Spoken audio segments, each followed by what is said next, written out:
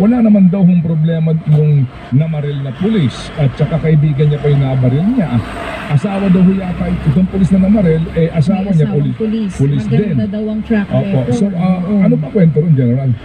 Ma'am Ted, may investigation naman na gagawin. And with due respect dun sa pamilya na namatayan, may maganda siguro yun lang, yung mga dati nang inilabas ng mga informasyon na nakainom, kaya kasama sa investigation dyan, bakit nakainom nakapasok yan? Bakit nakakuha pa ng baril yan dyan? Bakit nakapagpalit pa ng baril na jam yung M16 naging galing pa? So these are the things na dapat i-check natin para ma-improve natin itong proseso o sistema dyan na pwedeng maiwasan.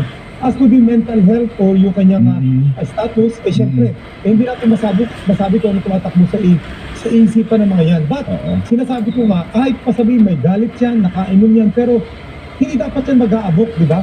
So in the first place, doon sa pagkakataon yun, hindi nasa wastong pagkatamang sitwasyon yung pulis natin.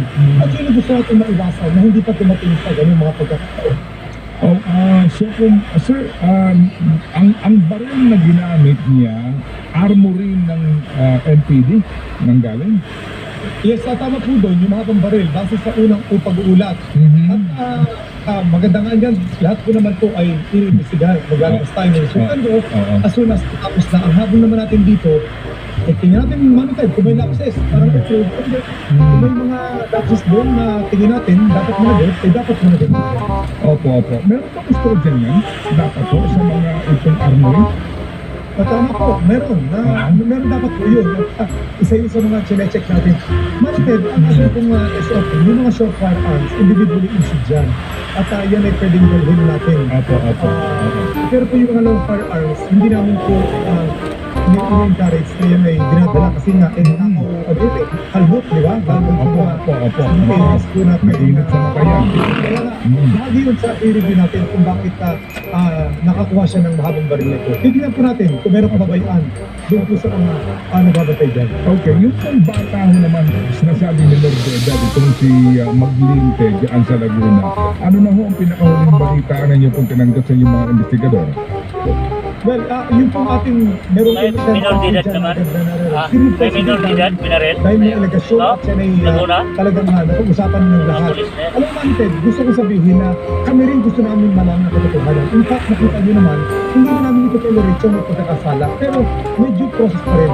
Kaso after this ballistic examination, nakita kayo na na-identify na rin namin at ayaw mo nang bumitin. Pero alam na namin kung saan nabaril at kaninong baril yung nakapatay o nakatama dun sa dalawang suspect na yan o biktima.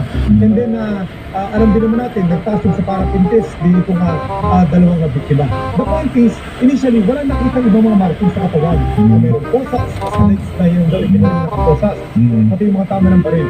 At ngayon, dun sa aming sinasabi nga na we encourage the witnesses para magbigyan ng statement. Until now, ang statement na nakuha namin, tatlo pa lang na nagsasabi na walang nagsasabi na meron ganun sitwasyon na pinatayan na walang kalaban-laban. So, ako mismo, ako GPNP, na gusto malaman ang katotohanan, patuloy na humihingi ng operasyon o nananawagan kung meron na nagsasabi kasi ang una kasi dating ang report ng ating mga sa media personalities, di umano sang-ayon sa ganyan, dahil sinabi ng CHR, according to news report, ganyan, ganon, parang na-prejudge na yung mga polis natin. Kaya sa atin naman, gusto namin ang katotohanan, pero may due process naman sa mga polis natin.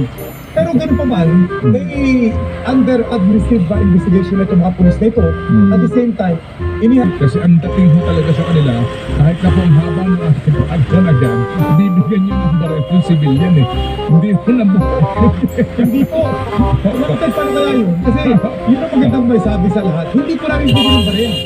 O wala kaming pambigay ng baril. At kung talagang sila ay, ito, Michael Lamantaga, kung halimbawa sila ay kwalipikado just like any citizen na meron kapatan, pati sa ating batas, sila ang bibili ng baril. Iwasan may nang huli ng This regulation. Opo. Talaga po ang hirap kasi talagang even if you read some items, ang kaagad sinasabi, parang parang kafgo.